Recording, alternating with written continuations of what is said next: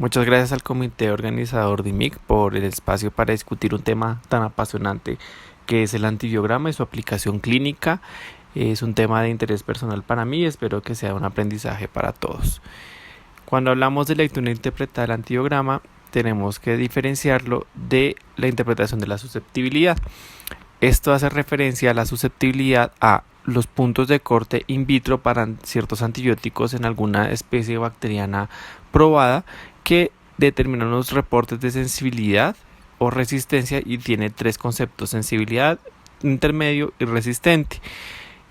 Esto me permite generar unos puntos de corte estandarizados para ciertos grupos de antibióticos, y dos, me permite vigilar la resistencia y hacer alertas epidemiológicas en caso de que ésta aparezca. ¿Qué significa la lectura interpretada? Que se ve mucho más allá y es interpretar esta susceptibilidad, esta vista in vitro, inferir un mecanismos de resistencia que incluso puede que no sean evidentes, pero que permita del fenotipo llegar a un genotipo de la bacteria, y lo más importante es elegir un antibiótico de manera correcta para evitar un fracaso terapéutico. ¿Por qué hay que hacer este ejercicio? Porque la resistencia es un problema global, si bien no es nuevo. Desde el inicio del uso de antibióticos se ha registrado aparición de cepas resistentes. Sí, en los últimos años se ha aumentado la frecuencia y es un problema de salud pública, por lo que hay pocas alternativas terapéuticas disponibles. Y es que la resistencia es un problema inexorable debido a que los patrones de resistencia aparecen por la lucha de las bacterias contra los antibióticos en la guerra biológica por supervivencia, y hay muchos eventos de interés de vigilancia de salud pública, que como son la aparición de cepas de Streptococcus pneumoniae resistente a las penicilinas, la aparición de Staphylococcus aureus resistente a la meticilina, y recientemente las enterobacterias con patrón BLE, el enterococo resistente a la vancomicina y la diseminación de carbapenemasas tipo KPC y MBL. En Colombia hay varias iniciativas que buscan vigilancia de estos microorganismos. Entre ellos está el CIREVAC, de eventos de vacunación y inmunoprevenibles, el Instituto Nacional de Salud como referencia en Colombia, y el Grupo de Resistencia de Bacterias en Bogotá, GREBO. Acá en esta gráfica podemos ver que muchos de los eventos en salud pública tienen un riesgo de aparición de microorganismos multidrogos resistentes. Por ejemplo, Neisseria gonorrea con resistencia a las cefalosporinas de tercera generación, que requiere carbapenémicos para su tratamiento. Streptococcus pneumoniae resistente a la penicilina en el grupo CIREVA, y las infecciones nosocomiales por enterobacterias con beta-lactamasas de espectro extendido o gram positivos con resistencias a la vancomicina, como los enterococcus faecium. Ese es un algoritmo que explica de manera general cómo es la lectura interpretada de un antibiograma. Entonces se hace un método de identificación de un antibiograma de un microorganismo problema, de una muestra clínica obtenida, y se hace una interpretación de un antibiograma con reportes de sensibilidad, intermedio o resistente, y se informa un resultado preliminar. Pero el laboratorio va más allá y deduce un fenotipo de resistencia, y a través de este logra deducir un mecanismo de resistencia implicado. Al hacer esto, se trata de inferir un fenotipo que tenga una resistencia con trascendencia clínica, y una vez con estos resultados se hace una reinterpretación clínica de los resultados obtenidos previos en la interpretación. Se logran deducir sensibilidades o resistencias a antibióticos no estudiados, y eso se le informa al clínico para que tome una decisión más informada, y ese es el proceso que lleva a la lectura interpretada del antibiograma. Hablamos un poco de generalidades de antibióticos porque va muy unido al antibiograma. Hay muchos blancos terapéuticos, están entre ellos la división de los grupos entre bactericidas y bacteriostáticos. Esto es un concepto más bien in vitro que tiene que ver con la inhibición de las colonias bacterianas a un punto de corte de 10 a la 3 unidades formadoras de colonias, pero que en la vida real esta diferencia es clínicamente poco relevante. Hay muchos grupos antibióticos que pueden afectar la síntesis de la pared celular, la síntesis de ácidos nucleicos, la síntesis de proteínas o antimetabolitos, como la síntesis de folato. Cuando evaluamos los antibióticos, hay varios parámetros de farmacocinética y farmacodinamia que hay que tener en cuenta. Entonces, en esta tabla vemos que hay tres grandes grupos de antibióticos que dependerán o no de la concentración. Entonces vemos que el primer grupo de antibióticos son dependientes de concentración, es decir, a mayor concentración tiene un efecto más potente contra el microorganismo problema. Tienen un efecto postantibiótico largo que expondremos más adelante qué significa, y un parámetro de farmacocinética farmacodinamia, que es el área bajo la curva sobre la concentración inhibitoria mínima. El grupo 2 son independientes de la concentración, tiene un efecto postantibiótico corto y su parámetro de eficacia es el tiempo sobre la MIC. El grupo 3 son antibióticos que no son dependientes de la concentración, pero tienen un efecto postantibiótico largo y tiene un parámetro PKPD, que es el área bajo la curva, y es como un mix. El ejemplo del grupo 1, prototipos, son las aminoglucósidos y las quinolonas. Del grupo 2, los betalactámicos, y del grupo 3, la citromicina.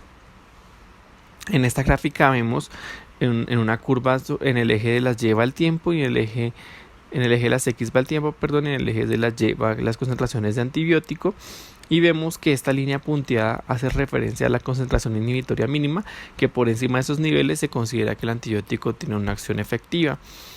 Vemos acá la curva que en los parámetros de las fases del antibiótico hay un pico y luego este va disminuyendo hasta caer por debajo de las concentraciones inhibitorias hasta que se llega a la nueva dosis.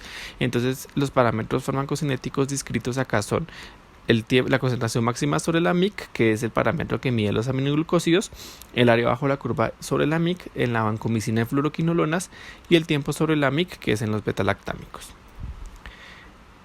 Entramos a definir algunas cuestiones. Entonces, el efecto postantibiótico tiene que ver con el hecho de que ciertos antibióticos logran inhibir el crecimiento bacteriano pese a que sus niveles caen por debajo de la MIC, y esto tiene que ver con las alteraciones a nivel del metabolismo celular de esas bacterias, y que también las permite que sean más susceptibles a la fagocitosis y reconocimiento por el sistema inmune al exponerse a este antibiótico.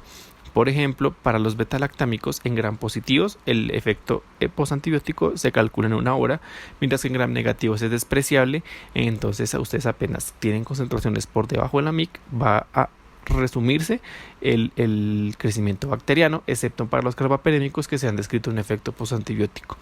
Para las quinolonas en gram negativo se ha visto que este tiene una duración de 2 horas. En esta curva vemos a los aminoglucósidos. En el eje de las X está el tiempo en horas y en el eje de las Y las unidades formadoras de colonia, y vemos en diferentes colores concentraciones aún crecientes de el antibiótico a concentración inhibitoria mínima. Entonces vemos que a medida que tenemos una curva azul en la que no hay exposición a antibióticos, y vemos que en las otras curvas hay un aumento progresivo de las concentraciones del antibiótico, hay una mayor disminución de las unidades formadoras de colonia más rápidas en el tiempo.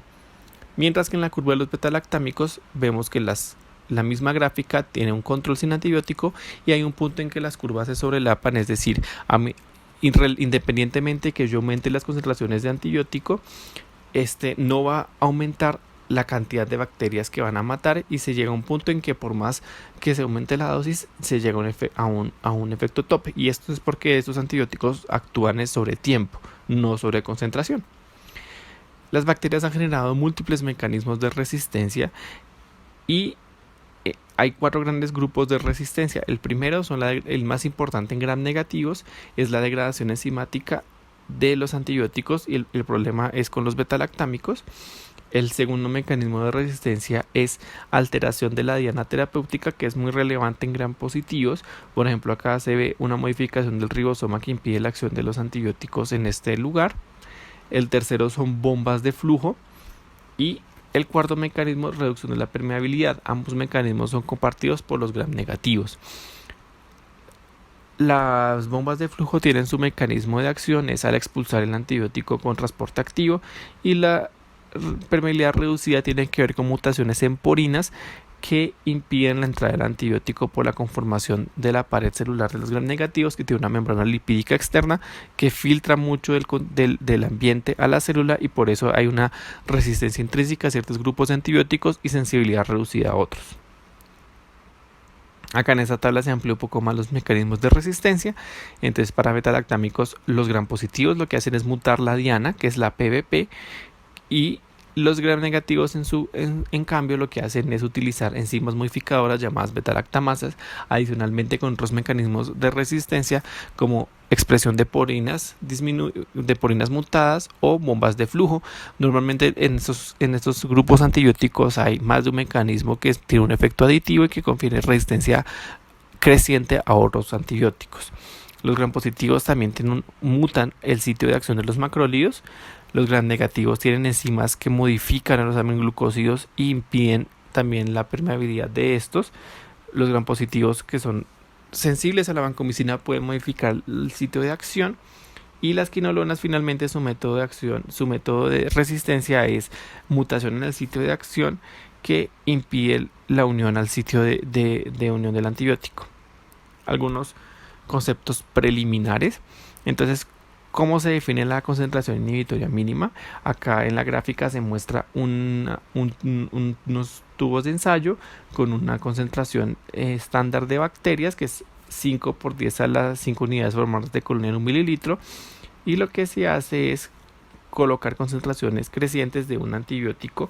Acá se ven 0,5, 1, 2, 4, que hace referencia a la MIC. Y se deja en incubación por 18 a 24 horas y la concentración inhibitoria mínima se define como aquella concentración en la cual no hay crecimiento visible de las colonias bacterianas y el líquido es claro. En el ejemplo se ve que a 64 de MIC no se alcanza a observar crecimiento bacteriano, entonces va a ser esa el valor para la MIC, para ese antibiótico. Otro concepto que es mucho más relevante en la clínica, pero que es difícil de medir in vitro, es la concentración bactericida mínima, que elimina el 99.9% del inóculo y es el con el que se alcanzaría una tasa terapéutica cercana al 100%. Los objetivos de la interpretación del antibiograma tienen que ver con elegir el mejor tratamiento para el paciente y para la infección problema, monitorizar periódicamente la aparición de resistencia y tomar medidas epidemiológicas para evitar brotes. Y esto se puede realizar con métodos que pueden ser de dilución o de difusión y que normalmente están automatizados. Ya los pipeteos manuales, digamos, son solamente en situaciones específicas. La mayoría utilizan métodos automatizados. Acá en esta gráfica se ven métodos de difusión, que son discos.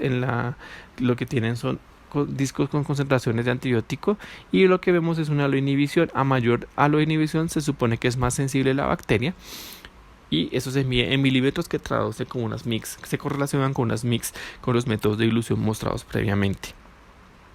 Acá hay un método que se llama, es una tira impregnada con antibiótico, que se llama E-test o Epsilon test, y es el antibiótico con concentraciones de antibióticos diferentes, y donde la inhibición intersecta la tira, se supone que es la concentración inhibitoria mínima. Ese es en un ejemplo de una infección del sistema nervioso central, una meningitis en una cepa problema. Y esos son el aparato. Este es un sistema Vitek de la empresa Biomério francesa, que hace el método automatizado y facilita bastante y aligera la carga de los laboratorios clínicos. Otro papel importante de los laboratorios clínicos es vigilar patrones inusuales que no se han reportado previamente o que por su rareza confieren un riesgo en salud pública, y alertar a los laboratorios y a los clínicos. Entonces, por ejemplo, la aparición de resistencia a la vancomicina en los estafilococos, o la aparición de resistencia a carbapenémicos o vancomicina en los estreptococos, aparición de resistencia a los carbapenémicos en las enterobacterias, y en Neisseria gonorrea la resistencia a cefalosporinas de tercera generación. Otro concepto que hay que conocer es que hay antibióticos indicadores o de clase, es decir, que no es necesario para el laboratorio testear absolutamente todos los antibióticos de una clase, sino que con uno de estos puede predecirse la resistencia a todos y facilitarle la lectura del antibiograma. Por ejemplo, en el estafilococo aureus y en otros estafilococos, la oxacilina es el marcador de resistencia a todos los betalactámicos. En neumococo, la oxacilina es el marcador de resistencia también a penicilinas. En Klebsiella y en E. coli, las cefalosporinas de tercera generación alertan sobre la presencia de betalactamasas de espectro extendido. Y en los carbapenémicos o ureidopenicilinas hablan de la expresión de penicilinasas o carbapenemasas. Así que mismo en las enterobacterias, cualquier resistencia a las quinolonas permiten predecir resistencia a todas este grupo terapéutico. Cuando se enfrenta a un antibiograma, el algoritmo que yo propongo es, primero, identifique qué bacteria y en dónde está localizada la bacteria para determinar la gravedad clínica. Segundo, conozca cuál es la resistencia natural y el patrón silvestre de esta bacteria. Identifique los antibióticos indicadores. Analice los grupos de antibióticos que tengan patrones conocidos de susceptibilidad similares.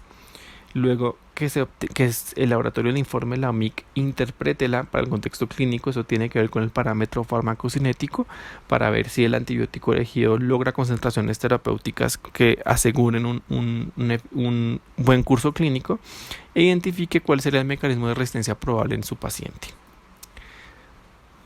Bien, entonces en los cocos gram positivos empezamos con Staphylococcus aureus, que el 95% de las cepas conocidas expresan penicilinasa, y por eso se diseñaron antibióticos que son sintéticos y que son resistentes a esta hidrólisis de esta enzima, que son la oxacilina, la dicloxacilina, la cefazolina, la cefalexina, que son los tratamientos de primera opción en infecciones por esta bacteria. Hay una mutación en la PBP2A. Las PBP son enzimas que hagan de cuenta que la pared celular es una pared de ladrillos, y la PBP es aquel que empieza a ensamblar los ladrillos para que quede una integridad de esa pared.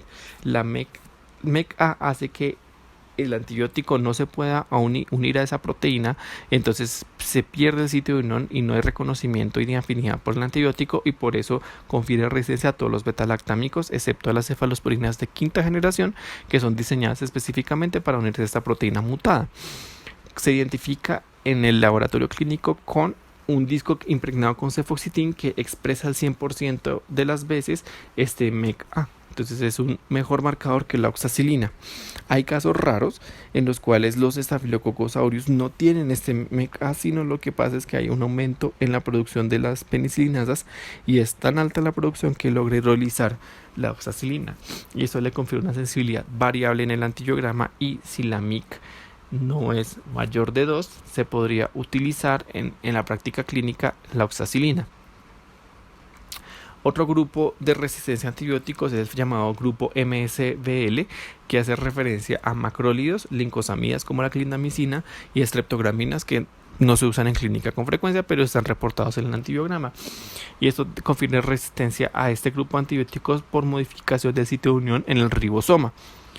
Hay dos tipos de resistencia que mira dos antibióticos, la eritromicina y la clindamicina, y el patrón constitutivo, que expresa resistencia a ambos antibióticos de entrada en el antibiograma, y el inducible, que muestra resistencia a eritromicina pero una sensibilidad a clindamicina. Pero esta sensibilidad a clindamicina es falsa, porque si se expone el estafilococo a la clindamicina será resistencia durante el tratamiento, y por eso hay que hacer una prueba llamada el test D. Es de aclarar que este confiere resistencia a todos los grupos terapéuticos mencionados, y por eso no se deberían utilizar si está confirmada. Acá en el gráfico se observa un disco de eritromicina donde no hay haloinhibición, que muestra una resistencia alta a este antibiótico, y otro haloinhibición a la clindamicina. En el sitio donde se intersecta la eritromicina con la clindamicina, vemos que el halo no está perfecto, sino que está como truncado, y esto hace referencia a que en presencia de eritromicina se induce la resistencia a clindamicina. Y eso se informa con un test D positivo, y significa que no pueden usar la clindamicina por resistencia inducible. Las quinolonas, Staphylococcus se vuelve resistente al mutar dos genes, el GIR A y B para topoisomerasa 2 y GIR 1A para topoisomerasa 4. Recordar que los bacilos gram negativos tienen mayor acción de la topoisomerasa 2, y por eso las quinolonas de primera y segunda generación, como ciprofloxacina y norfloxacina, son más activas contra este grupo de bacterias, mientras que los cocos gram positivos tienen una topoisomerasa 4, que sus quinolonas con mayor efectividad son las de tercera y cuarta generación, mal llamadas quinolonas respiratorias, como gatifloxacina, levofloxacina y moxifloxacina. Cuando se informa resistencia a una quinolona, se debe asumir resistencia de clase. Los aminoglucósidos, el principal mecanismo de resistencia son enzimas modificadoras que hacen diferentes reacciones químicas, y no son específicas de clase y pueden conferir resistencia a todos los aminoglucósidos de relevancia clínica o algunos tipos de aminoglucósidos. En este escenario es mejor pedir ayuda de un médico experto. Los antibióticos que son efectivos contra el antiestafilocócico son aminoglucósidos, si bien esos se reportan in vitro porque vivo su mecanismo de acción no es tan eficiente, el trimethoprim sulfa, tetraciclinas, quinolonas, clindamicina y macrolide. Y si estamos enfrentados a un estafilococo resistente a la meticilina, hay que evaluar estos antibióticos y se derivan los dos perfiles. Multisensible es cuando tiene menos de 1 o ninguna resistencia a esos antibióticos, aunque el 10% pueden ser resistentes a la clindamicina. Y multiresistente cuando son resistentes a 2 o más de este grupo de antibióticos. Y esto es importante porque habla de que esos antibióticos vienen incluidos en casetas de resistencia y hablan de la virulencia y de la dificultad del tratamiento clínico. Entonces es un algoritmo para sintetizar lo anteriormente expuesto. Tenemos un Staphylococcus aureus que siempre va a ser resistente a ampicilina y piperacilina por expresión de la penicilinasa, y lo que vamos a hacer es observar oxacilina y cefoxitin. Entonces yo puedo tener tres resultados.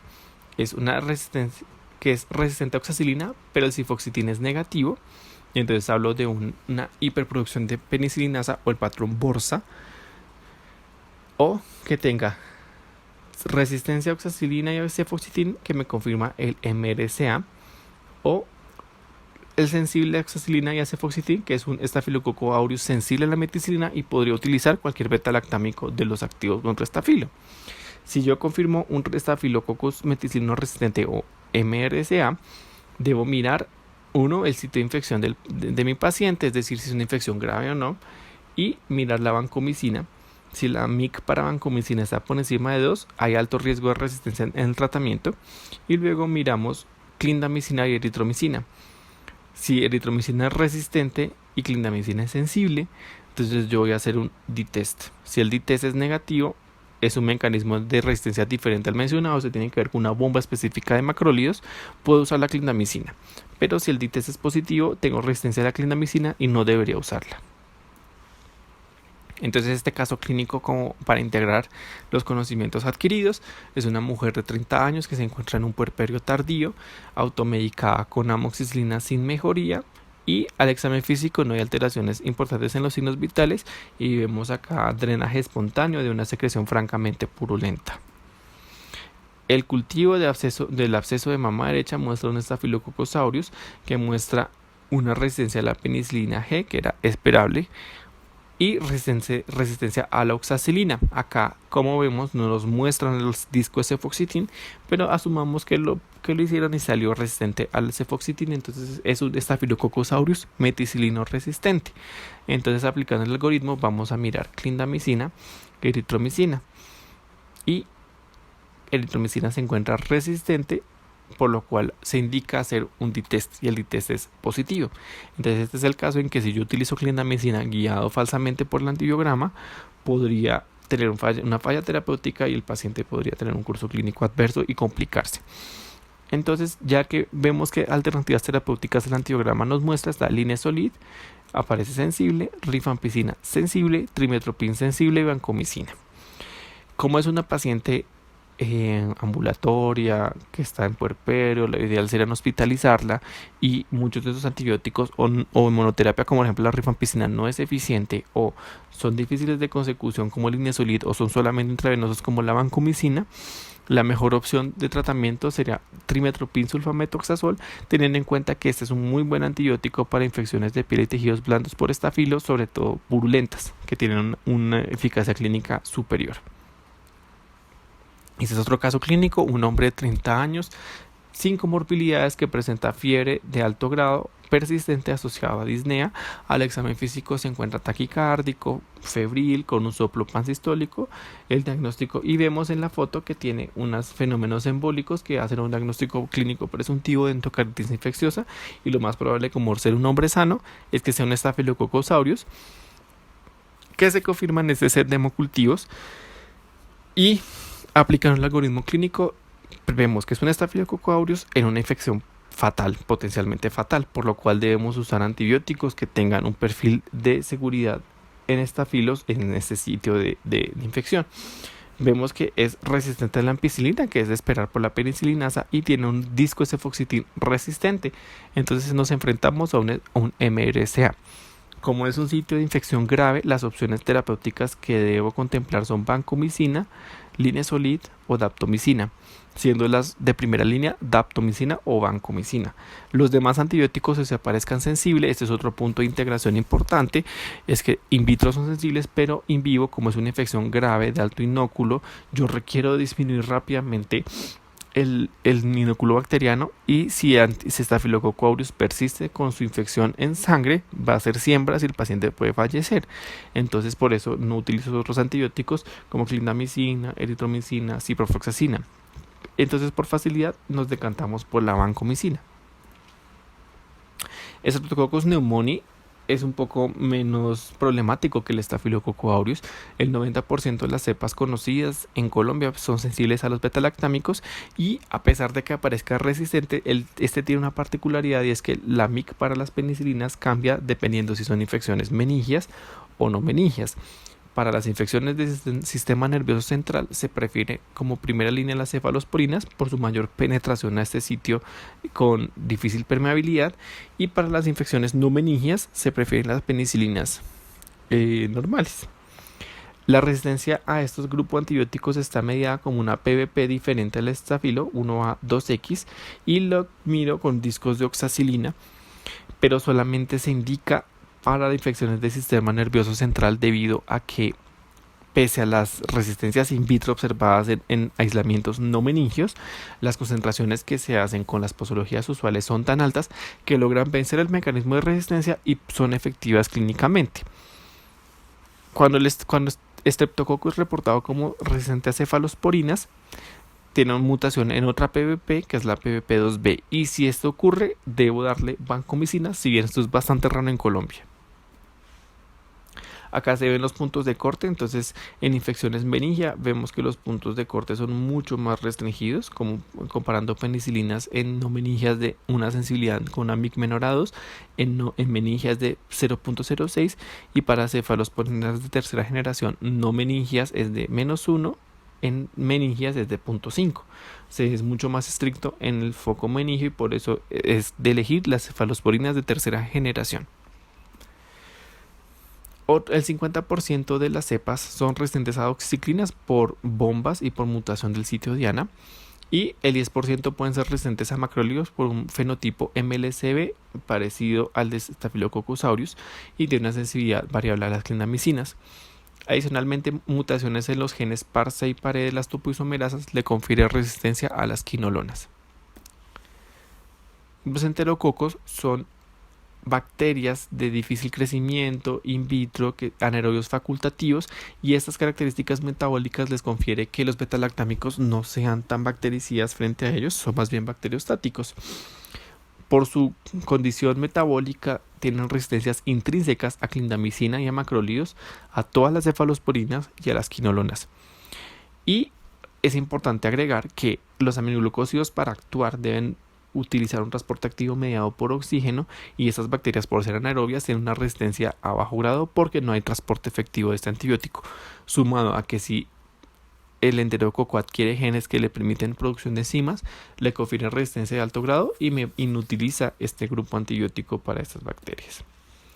Enterococcus fecalis es uno de los especies de mayor relevancia clínica que causan infecciones urinarias, y es normalmente sensible a las penicilinas, ampicilinas e imipenem, que son los antibióticos de elección. El de elección entre estos tres es la ampicilina, mientras que su contraparte, el Enterococcus faecium, es mucho más resistente, normalmente resistente a la penicilina, y tiene sensibilidad variable a la vancomicina por adquisición de plásmidos de especies de Enterococcus de especies animales, por utilización de antibióticos como factores de crecimiento, y así es como adquirió la resistencia a la vancomicina, y hay mutaciones para la PVP5A. Otras especies de enterococo son resistentes a la penicilina normalmente, y la sensibilidad es variable a la vancomicina, al linezolid y la tigecyclina. Como mensaje, si ustedes tienen una infección por un enterococo sensible a la penicilina, deben utilizar ampicilina. Acá contamos con un hombre de 56 años que tiene usuario de sonda vesical permanente por trauma raquimedular y consulta por fiebre y cambios macroscópicos en la orina. Se realiza un gram de orina centrifugar que muestra cocos gram positivos y se inició manejo con cefazolina y no hubo respuesta terapéutica. Acá vemos el antibiograma. En el análisis sale un Enterococcus fecalis que tiene resistencia a la levofloxacina, ya previamente conocida y no nos sorprende, resistente a las streptograminas que son quinopricina, dalfoprisina, y resistencia a las tetraciclinas con sensibilidad a todos los demás antibióticos. Como vimos, es sensible a ampicilina, por eso este sería el tratamiento de elección. Ahora vamos con las enterobacterias, teniendo en cuenta que son naturalmente resistentes por su conformación de la pared celular a vancomicina, clindamicina y macrólidos, y las opciones terapéuticas para estas infecciones con estos microorganismos son los betalactámicos, que son nuestra principal opción en la primera línea de tratamiento, aminoglucósidos, quinolonas y otros antibióticos más viejos de salvamento como son la fosfomicina, la tigeciclina y las colistinas y polimixinas. Los mecanismos de resistencia para estos antibióticos son similares a los cocos gram positivos y nos vamos a centrar en las betalactamasas, que es el mecanismo de resistencia emblemático de este grupo de bacterias. Hay muchas enzimas que producen este locus de bacterias y por eso hay varias clasificaciones. Entre ellas está la clasificación de Ambler, que trata de agruparlas por su acción molecular, y la de Bush-Jacoby, que utiliza más bien es una clasificación funcional dependiendo de qué antibióticos hidroliza los betalactámicos. La clasificación de Ambler entonces agrupa de la A a la D, y la A, C y D son serinas proteasas que son inhibidas por los inhibidores. Entre las combinaciones de antibióticos como ampicilina sulbactam, piperacilina tazobactam y amoxicilina clavulanato vencen este mecanismo de resistencia, mientras que las de grupo B son metaloproteinasas con un zinc en su núcleo de sitio de acción y no son inhibidos por estas sustancias, pero solamente por los quelantes de metales como el ETA, y esto le confiere resistencia a los inhibidores a pesar de que se usen en la clínica. La clasificación de Bush-Jacoby tiene tres grandes grupos. El grupo 1 son cefalosporinasas de origen cromosomal que no son inhibidas por tazobactam, y el grupo emblemático son la AMC. Las de grupo 2 son todas parecidos al grupo 1 de Ambler, son todas serinas proteasas, entonces están agrupadas las penicilinasas, las BLE o betalactamasas de espectro extendido y las carbapenemasas. Y el grupo 3, similar al grupo B, son metaloproteinasas. AMC es un mecanismo de resistencia muy importante entre bacterias que tiene un inductores potentes. Entre ellos, el inductor más potente son las cefalosporinas de tercera generación y otros antibióticos como amoxicilina, ampicilina, el imipenem y el clavulanato. Cuando las bacterias tienen este mecanismo, hidrolizan todas las penicilinas y las cefalosporinas de primera a tercera generación, con susceptibilidad variable a las cefalosporinas de cuarta generación, y eso tiene que ver con la presencia de porinas que disminuyen la permeabilidad a este antibiótico. Hay dos mecanismos, es el constitutivo y el inducible, y acá hay una paradoja en la nomenclatura, porque el constitutivo es inducido y el inducible es constitutivo. Lo vamos a explicar un poco con más calma. Entonces, el constitutivo son bacterias que no tienen el gen regulador, es decir, el AMC está reprimido y se llaman wild type o tipo silvestre. Todas las enterobacterias pueden tener este mecanismo y las más emblemáticas son E. coli, Klebsiella pneumoniae y Proteus mirabilis. En su fenotipo silvestre no expresan este AMC y por lo tanto son sensibles a los antibióticos previamente expuestos en la tabla. Mientras que en el mecanismo inducible hay un AMC hiperproducido que puede ser de origen plasmídico cromosomal, y en el antibiograma voy a ver resistencia a estos grupos antibióticos mencionados. Hay una memotecnia para acordarnos cuáles son las que causan estas infecciones y son AMCHES. Entonces incluye Acinetobacter, Morganella, la P. de Providencia, Pseudomonas y Proteus vulgaris, C. de Citrobacter, Hafnia albei, Enterobacter cloacae y Serratia marcescens. Entonces, ¿cómo es que funciona el AMC? Acá entonces está unas porinas por donde el betalactámico va a entrar. Entonces, por ejemplo, acá ponen cefoxitino y imipenem. logran entrar al espacio periplásmico y acá en el espacio periplásmico se unen a las PVPs. Al unirse a las PVPs impiden que estos residuos de la pared celular se unan y estos se van a acumular. Al acumularse estos residuos, ellos van a traslocarse al citoplasma y son detectadas por una enzima AMD que los intenta hidrolizar. Pero como son tantos residuos por la síntesis frenada de la pared celular, estos van a sobrepasar la capacidad enzimática del AMD y se van a traslocar al núcleo y van a activar genes respondedores en el núcleo y genes van a activar AMC y AMC empieza la producción de la enzima y esta se localiza en el espacio periplásmico, hidroliza el beta-lactámico y reanuda la síntesis de la pared celular. Es por eso que la exposición de antibióticos de manera inapropiada genera resistencia. Por ejemplo, acá vemos que el mismo antibiótico es el que va a generar la expresión genética de la enzima. Otro mecanismo de penicilinasas es las llamadas beta-lactamasas de espectro ampliado o BLEA y de espectro extendido o BLE. Se llama de ampliado porque logra hidrolizar hasta cefalosporinas de primera generación y esto se ve mucho en E. coli y en Klebsiella pneumoniae.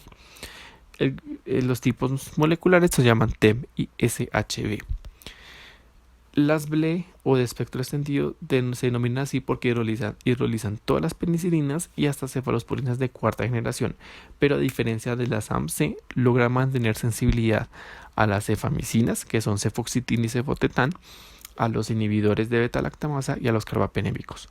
Cuando hay infección grave por estas bacterias, el tratamiento ideal son carbapenémicos, aunque se han visto estudios en infecciones en sitios no graves o infecciones como infección urinaria que se pueden utilizar penicilinas, si bien esto requiere también conocimiento profundo y a cargo de un médico experto, y son la principal amenaza en salud pública debido a que son de origen plasmídico y se diseminan y generan brotes hospitalarios.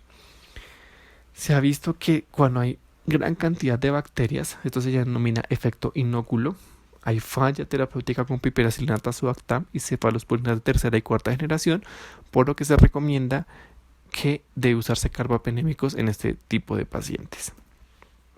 En esta tabla vemos las diferencias entre BLE y AMC. Los dos mecanismos enzimáticos me confieren resistencia al Astrionam, que es el único monobactámico de utilidad clínica, y cefalosporinas de segunda, tercera y cuarta generación. Ambas son sensibles a los carbapenémicos, pero como diferencia fundamental, las BLE son sensibles a las inhibidores de beta-lactamasa, mientras que las AMC no lo son, y asimismo las BLE son sensibles al cefoxitin, mientras que las AMC no lo son.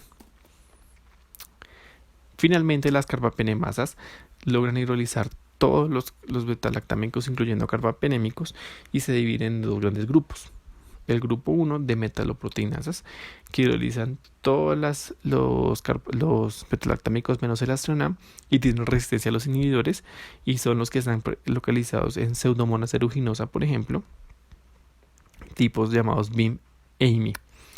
Las otras carbapenemasas descritas son serinproteasas, que son sensibles a inhibidores in vitro, aunque in vivo esto carece de utilidad porque logran hidrolizar el carbapenémico de las dosis usuales y tienen un potencial de brotes como la famosa KPC, que ha generado un brote a nivel mundial y diseminación a los centros hospitalarios.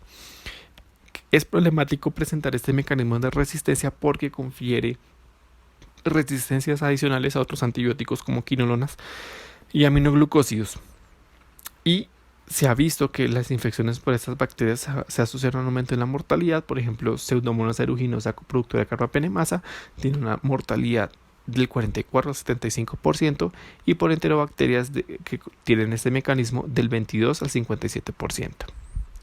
Como resumen, entonces vemos que las penicilinasas solamente van a hidrolizar las penicilinas naturales, las beta-lactamasas de espectro ampliado hasta las cefalosporinas de primera generación, las BLE y las AMC hidrolizan hasta la tercera y cuarta generación de cefalosporinas, incluyendo el monobactámico, y las carbapenemasas hidrolizan todas las beta-lactámicos y tienen un patrón variable dependiendo del mecanismo, sea metalo o serinproteasa. Acá un algoritmo de manejo, vemos Klebsiella pneumoniae, que tiene una resistencia natural, como les mencioné, ella tiene una penicilinasa y es resistente a ampicilina y piperacilina, y luego vamos a evaluar. Entonces vemos en el antibiograma cefalosporinas de primera y segunda generación. Si es resistente, entonces tendrá un mecanismo tipo BLEA o de espectro ampliado. Luego yo voy a revisar cefalosporinas de tercera, cuarta y Astronam. Si me parece resistente, tengo varias opciones. Entonces, si hay resistencia a los inhibidores y al cefoxitin, es un mecanismo AMC. Si no, si son sensibles a cefoxitin y a inhibidores de beta-lactamasa, es un mecanismo BLE. Y finalmente voy a revisar los carbapenémicos. Si hay resistencia al imipenem, meropenem y ertapenem, teniendo en cuenta que ertapenem es el más sensible de los 3 carbapenémicos y es el que primero va a aparecer resistente si hay enzima, tengo una carbapenemasa. Eso es su presunta producción de carbapenemasa. Entonces yo le hago una prueba confirmatoria. Esto solamente es de conocimiento, no tienen que saber a fondo la técnica, pero se hacen pruebas adicionales como el test de ácido borónico o de inactivación de carbapenemasas con el test de Hodge. Si es positivo, tengo producción de carbapenemasas. Si es negativo, es probablemente una BLE con activación de otros mecanismos como mutación en la porina, una bomba de flujo o una carbapenemasa no detectada con pruebas convencionales, que es un problema importante porque requiere una astucia clínica y una perspicacia y pruebas especializadas en el laboratorio y un personal entrenado que normalmente no están en todos los laboratorios. Este es otro caso clínico. Entonces tenemos una mujer de 43 años que consulta por una cetoacidosis diabética precipitada por una apendicitis, es llevada a su intervención quirúrgica y se complica debido a que tiene un apéndice perforada, está en posoperatorio de apendicectomía, más peritonitis, más absceso tubovárico y al tercer día presenta secreción purulenta por la herida quirúrgica. En los signos vitales no hay evidencia de respuesta inflamatoria sistémica importante. En el antibiograma del líquido peritoneal de la intervención se encuentra una Escherichia coli. Entonces vamos a analizar según los grupos terapéuticos. Entonces primero penicilinas. Entonces tenemos ampicilina resistente. Entonces tenemos una penicilinasa expresada. Pero vemos que su contraparte, la ampicilina sulbactam, es sensible. Es decir, que la enzima es susceptible de ser inhibida por los inhibidores. Vamos a ver cefalosporinas de primera generación. Cefazolina aparece resistente. Cefalosporinas de segunda no aparecen. Cefamicina sensible, que es el cefoxitin. Cefalosporinas de tercera generación, ceftriaxona sensible. De cuarta, cefepime sensible. Carbapenémicos sensible. Y beta-lactamicacina aminoglucósidos sensible. El patrón de resistencia es una beta-lactamasa de espectro ampliado porque está hidrolizando penicilinas y cefalosporinas de primera generación. Acá el tratamiento uno podría decantarse por ampicilina sulbactam o por una cefalosporina de tercera cuarta o piperacilina tazobactam. Esto tiene que ver mucho con el uso de antibióticos de manera racional para evitar presión y se podría uno decantar por ampicilina sulbactam o piperacilina tazobactam para evitar inducción de AMC, como vimos en el ejemplo previo. Este es otro caso clínico. Tenemos un hombre de 20 años, este es un caso de la vida real, una cistostomía por un tremor uretral y consulta por fiebre y dolor lumbar. Vemos que el paciente tiene hipotenso, taquicárdico, febril y en los gases arteriales encontramos una acidosis metabólica. En los hemocultivos un reporte de un Citrobacter frondi. Vamos a analizarlo nuevamente. Entonces penicilinas tenemos ampicilina resistente, inhibidores ampicilina sulbactam resistente y piperacilina tazobactam resistente. Nos vamos a las cefalosporinas de primera generación, no nos la reportan. De segunda tampoco. Cefamicinas, cefoxitin resistente. De tercera, ceftriaxona resistente. De cuarta, sensible cefepime. Vamos a la y como tenemos resistencia al cefoxitin y resistencia a los inhibidores y la memotecnia de Amches es un Citrobacter frondi, tenemos un mecanismo AMC, pero si vemos acá en los carbapenémicos hay otra alarma, me aparece ertapenem intermedio y imipenem intermedio, pero meropenem sensible. Entonces acá hay dos opciones, o tiene una carbapenemasa, que muy probablemente es el mecanismo, o tiene una bomba de flujo.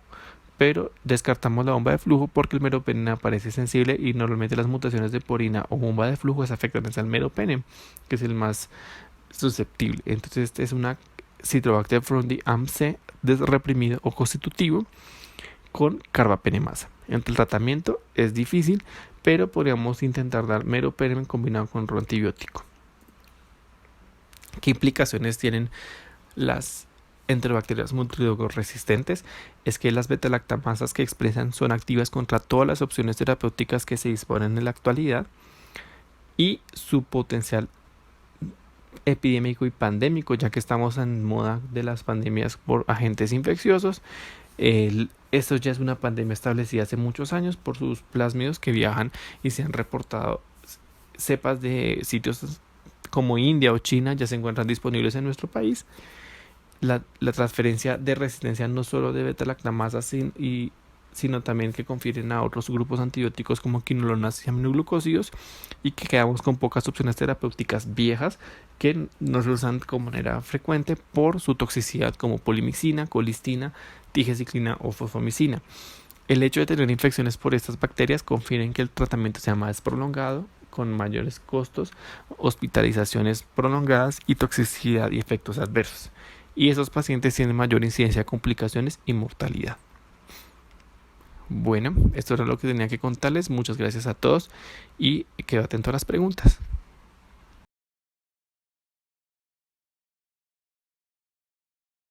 Bueno, esa es una pregunta muy interesante porque depende mucho de los criterios de cómo qué tan apropiado es el tratamiento de un paciente. Entonces, en infecciones, eso depende mucho, Luisa, del tipo de infección que uno está tratando. Entonces, por ejemplo, en infecciones de bajo rendimiento de los cultivos como celulitis o erisipela o esas infecciones, el antibiograma no te va a ayudar, uno, porque no vas a encontrar la bacteria probablemente, y dos, porque los perfiles, digamos, están muy definidos. Ese es el Streptococcus pyogenes, que es muy sensible, es sensible a todos los betalactámicos conocidos, ese puedes poner el que quieras, y el estafilo, que tiene sus particularidades ya mencionadas. Entonces tú lo pedirías con el paciente, no tiene el curso clínico esperado, es decir, tú le das el tratamiento que consideras efectivo, que en ese escenario sería un antibiótico que cubra ambas opciones, que sería una cefalosporina de primera generación o una clindamicina, y que tenga un comportamiento clínico inadecuado, o que el paciente sospeche una complicación. Es decir, cuando un paciente con una terapia antibiótica que tú consideras efectiva falla,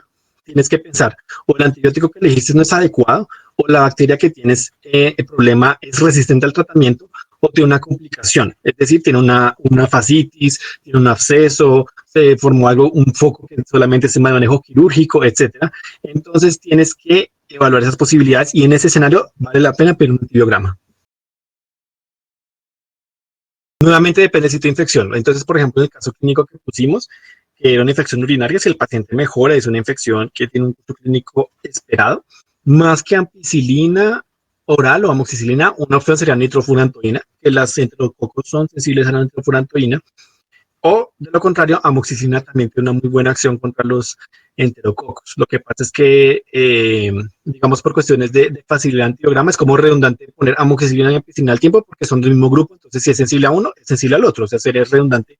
Y los laboratorios intentan no saturar el clínico con todos los antibióticos, porque se vuelve como una sopa de información, sino tratan de poner lo relevante. Eso hace un buen laboratorio. El laboratorio, digamos, normalito, te pone todos los antibióticos. Un laboratorio que tiene entrenamiento solo pone lo que el clínico necesita. Entonces, se puede dar amoxicilina o nitrofurantoína si es una infección urinaria, y si es otra infección, depende del foco.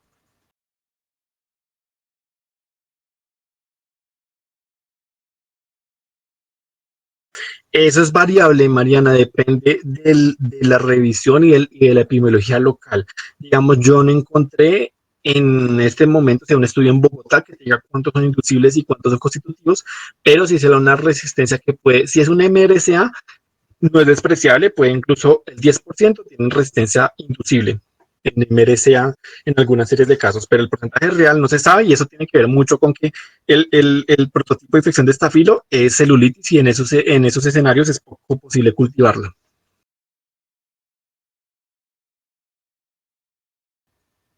Depende nuevamente, porque hay estudios descritos que, Cristian, de infecciones urinarias con AMSE que han salido con piperacinato, sobactam y con cefepime. Entonces, ¿cuál sería la consideración? Uno, que si el paciente en el antibiograma ya tiene cefepime resistente, no usarlo porque tiene una purina. Y dos, depende del tipo de infección. Si es un paciente con infección urinaria, una infección localizada, un absceso que se drenó, etcétera, se puede intentar. Pero si el paciente está gravemente comprometido, es en detrimento del paciente, digamos, ponernos a jugar con las probabilidades de si de pronto el antibiótico le hace bien. Entonces, en esos escenarios que el paciente está críticamente enfermo, hay que irnos con carbapenémicos y echar de la mano al infectólogo para evitar, digamos, la exposición indefinida al carbapenémico.